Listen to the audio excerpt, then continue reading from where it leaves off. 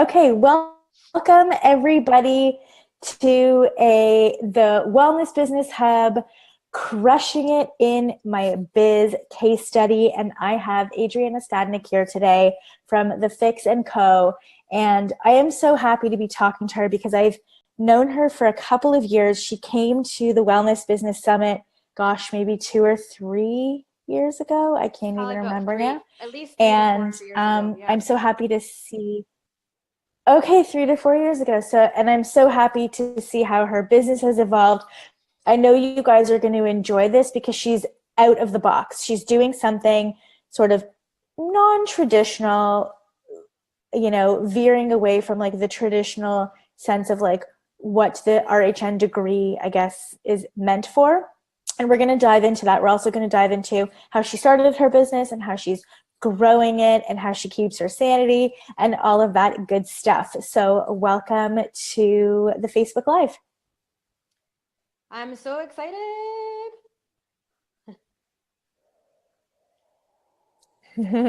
So why don't we start off by just sharing who you are and what you do for people who don't know you. Okay. So my name is Adrianna Stadnyk, and as Lori said, I own the company, The Fix & Co., F-I-X, The Fix. And it's actually a plant-based kitchen and catering business.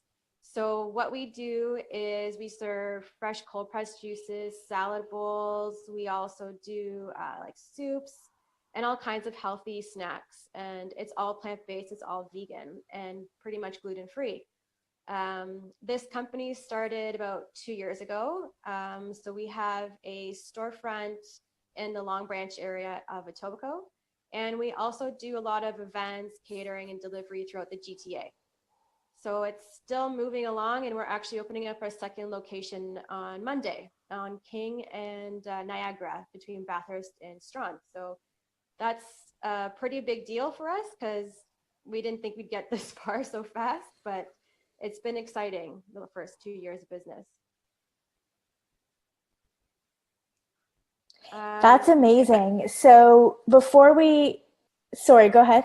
I was gonna say, is there I can add a few things to that. I'm not sure if anybody wants to know about the background, but I did do my 1 year of nutrition at CSNN, and I didn't really know what I was going to do after that. I kind of did the consulting at first, and here I am doing something completely different that I thought I'd be doing.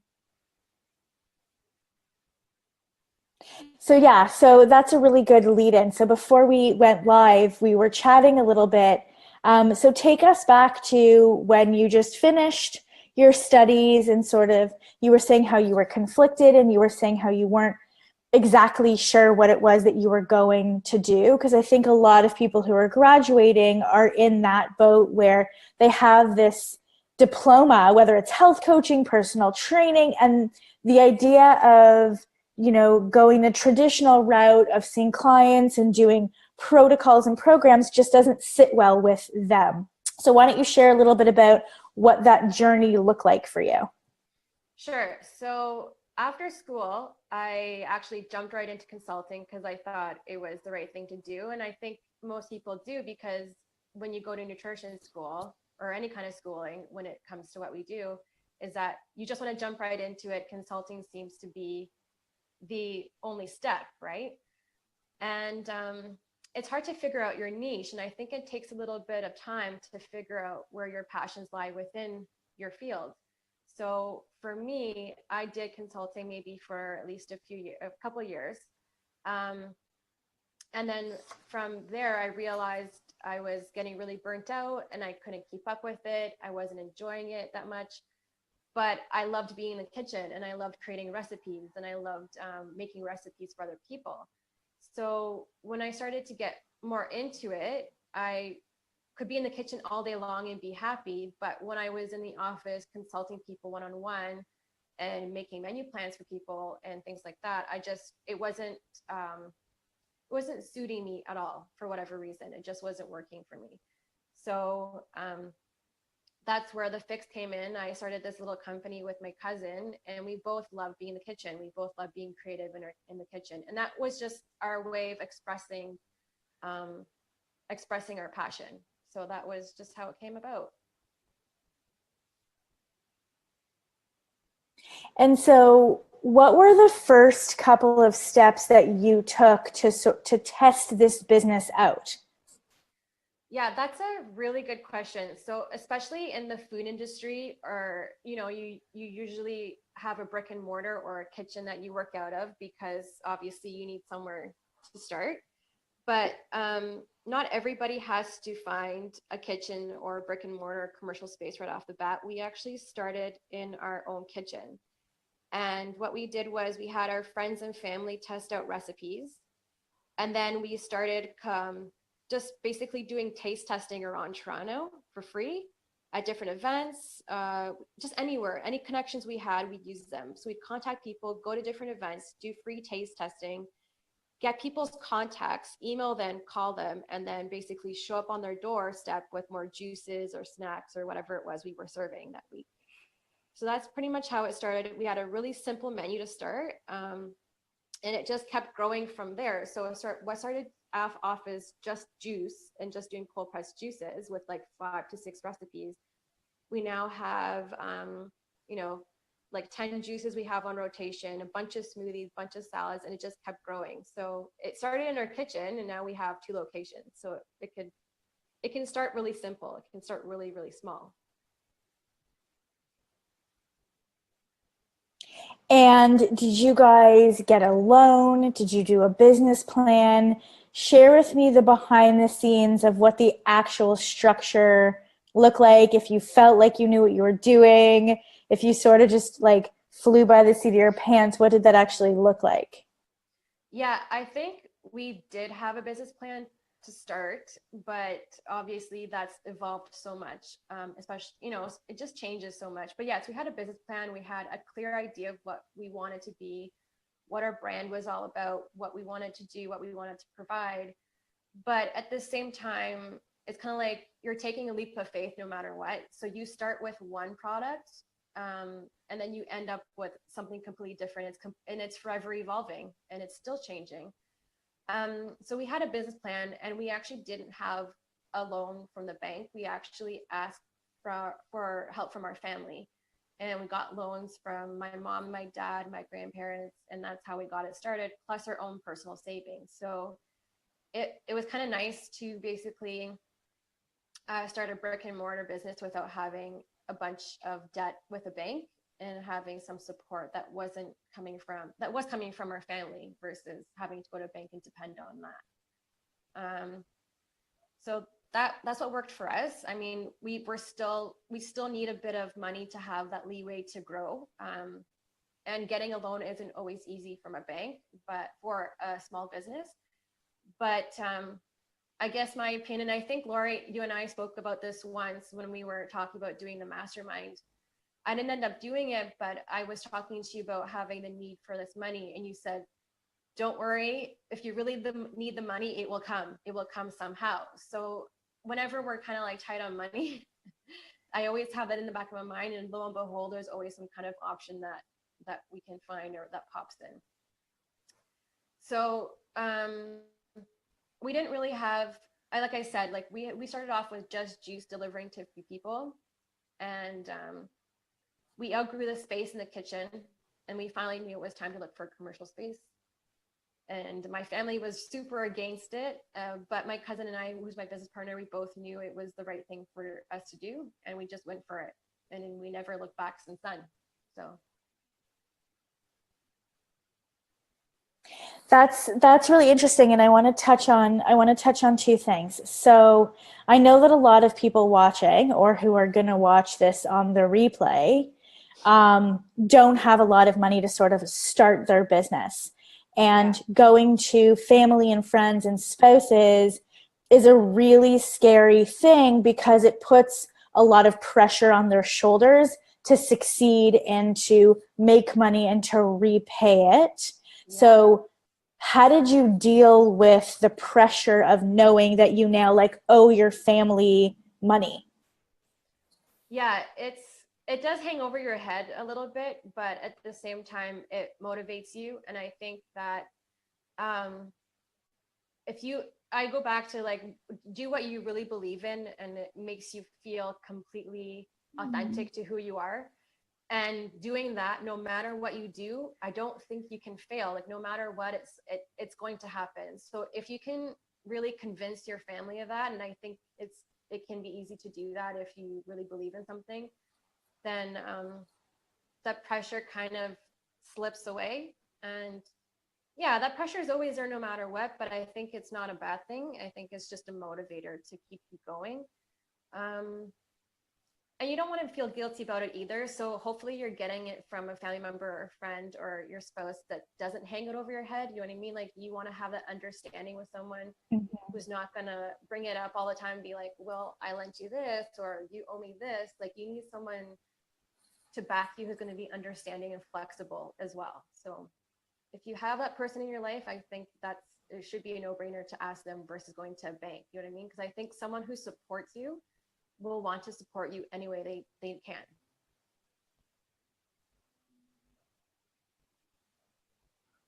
Yeah, absolutely. And it just, as you were talking, it sort of triggered something in my mind that you're presenting a business, Yeah. and a lot of people I hear at least are like, I don't want to spend the money, or I'm embarrassed because I'm not yet making money. And my rebuttal to that is yes, but you're starting a business, so you need funds.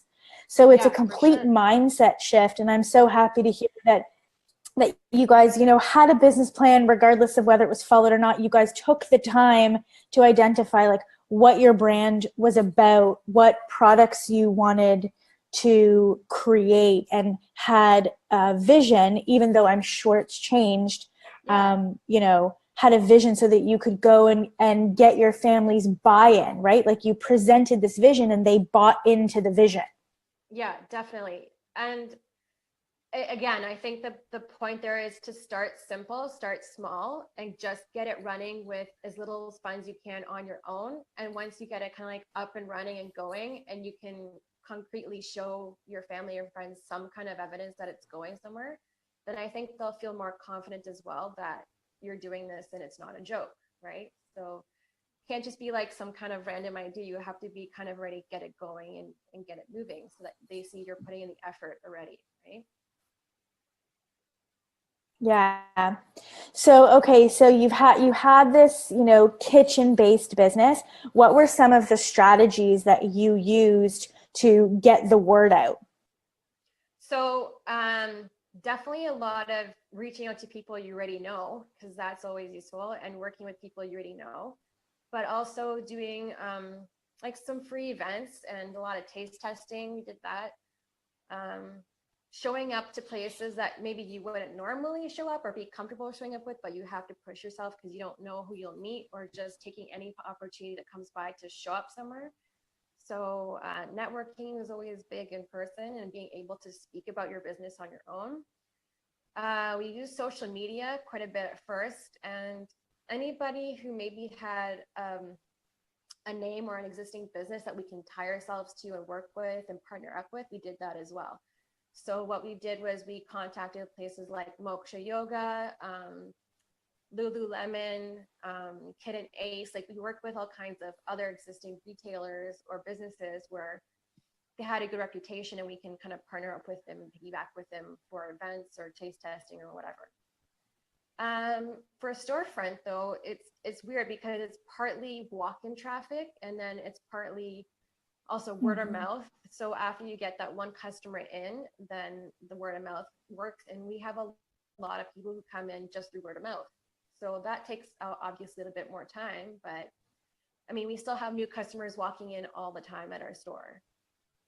And keeping up with your online presence, like for my personal Instagram, I don't really use it as much. I don't keep up with it as much, but for business, our business Instagram is updated all the time. Same with Facebook.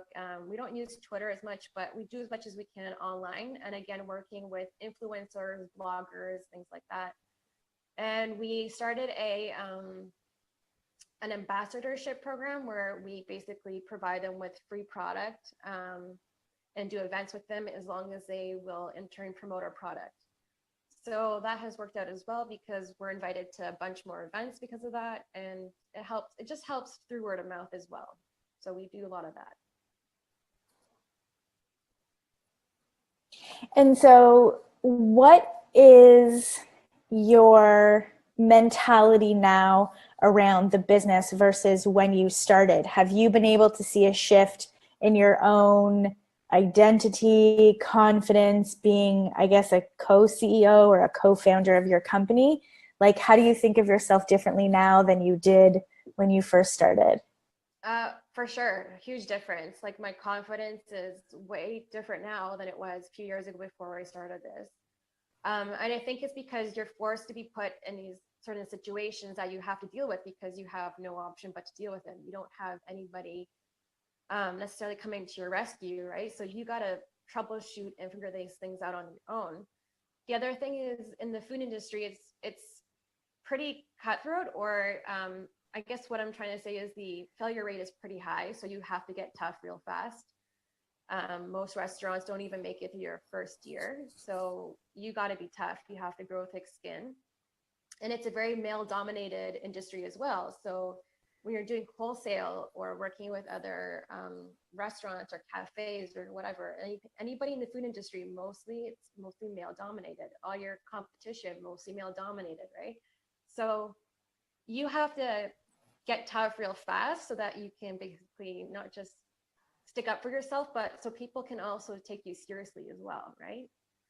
And another thing is that people look at my cousin and I and say, oh, you guys are pretty young to run a business. That's another thing. I'm 32. I don't think that's like super young, but I guess people look at me and think you look like you're 20. I mean, I don't know about right now, but people look at me and think I look like I'm 25 or 26, right?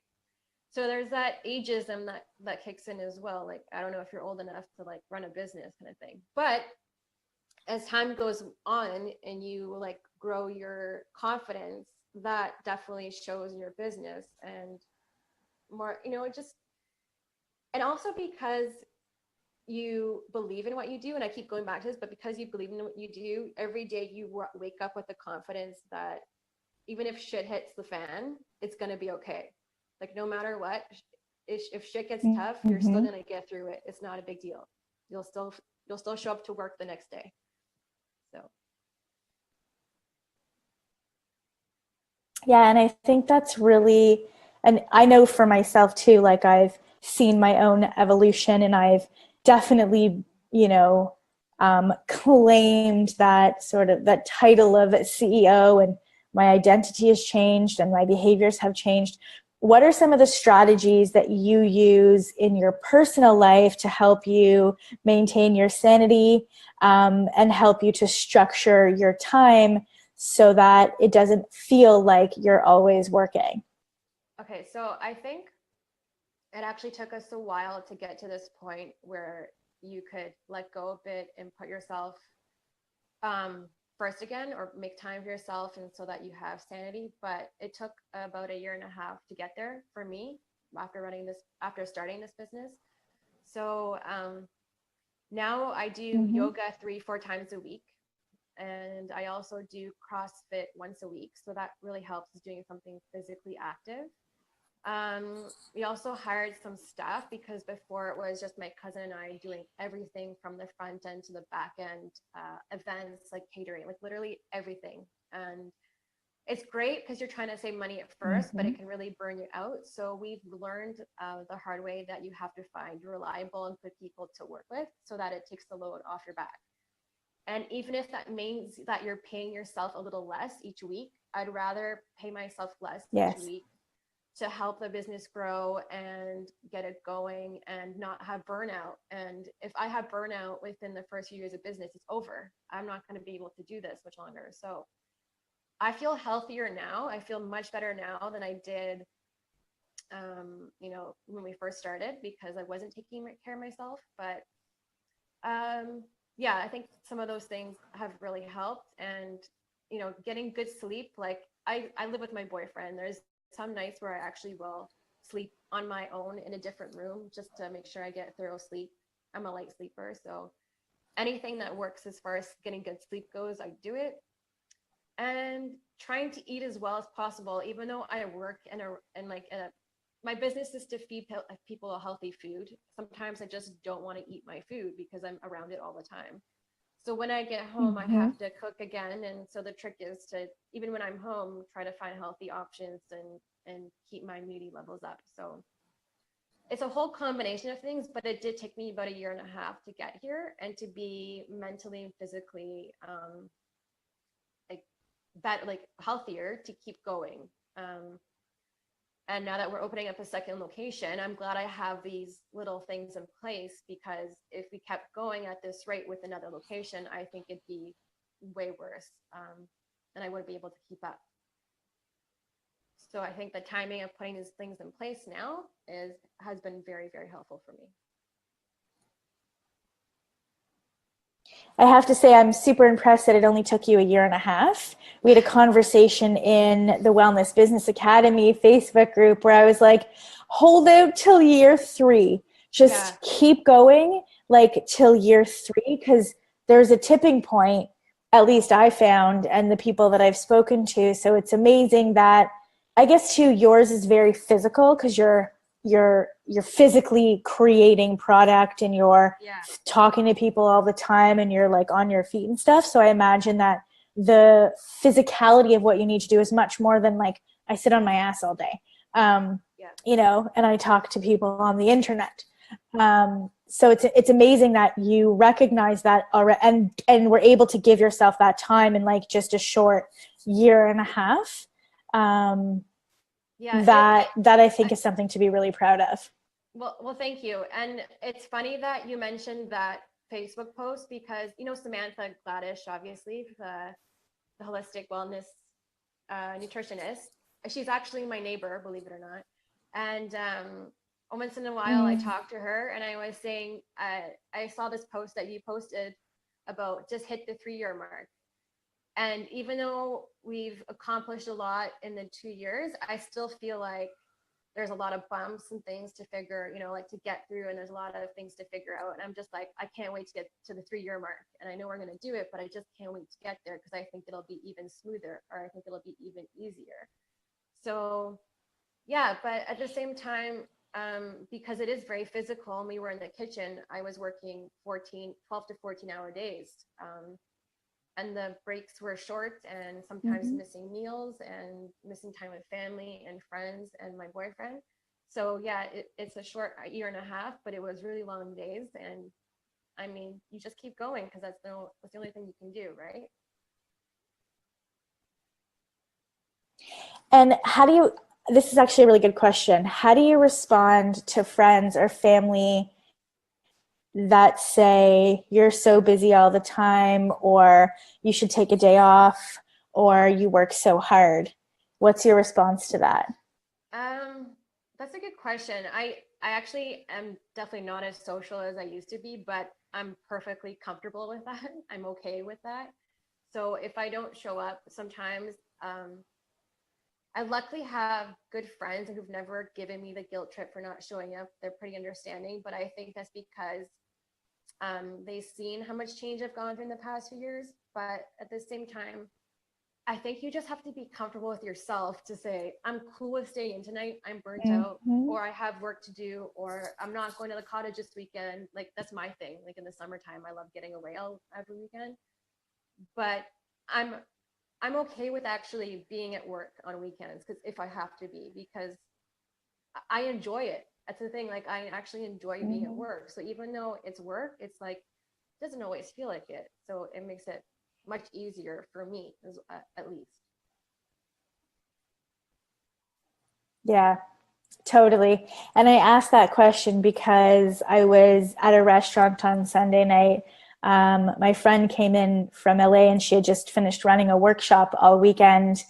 And I often, you know, on the weekends where I don't have my kids, when they go to their dads, I will work those weekends so I can have some days during the week free and whatnot. And so the waiter said the most common thing, like, oh, you know, Sunday night, oh, you got to go back to work tomorrow. Like, are you ladies dreading it? And we both looked at each other and we're like, we love our life. Like, no way. You know, like we don't feel Mondays as the typical person feels Monday. And so I always find it interesting when people say to me, you're so busy. And I was like, not, no, it doesn't feel like that to me, at Yeah. least. It might look like that to someone else, but it doesn't feel like that to me. Well, I think it's because you're also completely immersed in it, right?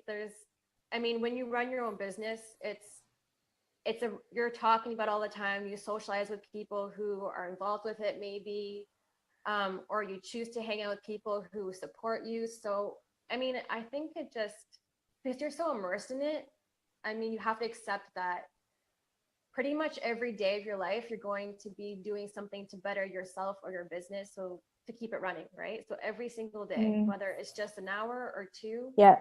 um, and that's fine because it just becomes part of your routine and you start enjoying it or appreciating it. And if you hit a day where it's like, oh man, I can't do this anymore, then I think that's when you know it's time to find something else or to adjust things so that you don't feel that way, right? So Mm-hmm. Yeah. Like take a break. yeah, for sure. And we all need that. Like I mean for us, we've been also lucky that there's two of us that are co-owning and co-running. So if I need a day off or I need a week or a vacation, I can depend on my business partner to take over and get things done. And I think maybe that's a challenge for some people when Mm-hmm. they're doing everything on their own. They feel like they literally can't let go or they literally feel like they can't get away. But if you are willing to like loosen the reins a bit and give responsibilities to someone else sometimes, then it's easier for you to take that break. Yeah, definitely. Oh, this was such a good interview, and I'm so happy for your success. And I'm so excited to hear about how your second location goes. So please do share your website where people can go to try the juices, come visit if they're in the Toronto area, and just follow you. Yeah, awesome. I will put everything up on the Facebook page if that's cool. I'll put a couple links up there where you can find us at our two different Mm-hmm. locations. And I know that being in the food industry or having a product line or having a brick and mortar is a little bit different. So if anybody does have questions that they can message me personally and I can try to help out. I'm having actually a meeting with someone next week who wants to start a catering company who has a background in nutrition. So even if it's just a few tips I can give you, I'd be more than happy because it's not easy to run a food business and it's a lot of work like anything, but it's just a very unique little niche that we have as nutritionists. So yeah, feel free to message me or contact me. Amazing. Thank you so much for sharing. Again, congratulations on all Thank your you. success. It's been so amazing to see the evolution from when you and I chatted because I remember having that conversation with you. Yeah. And I just can't wait to see what's in store Well, for thank you you. for having me. Thank you so Thanks much. everybody for And watching. I was gonna say, I have to say Go ahead. that the whole process, even though you're kind of like not sure where you're headed, just trust in the process because you start somewhere completely different from where you end up. So just trust in yourself and trust in the process you're going through. Amazing. Such good words of wisdom. Thanks, everybody, so much for watching. Thanks, Adrianna, so much. Thank And you. we'll talk to you all again soon. Have a good night.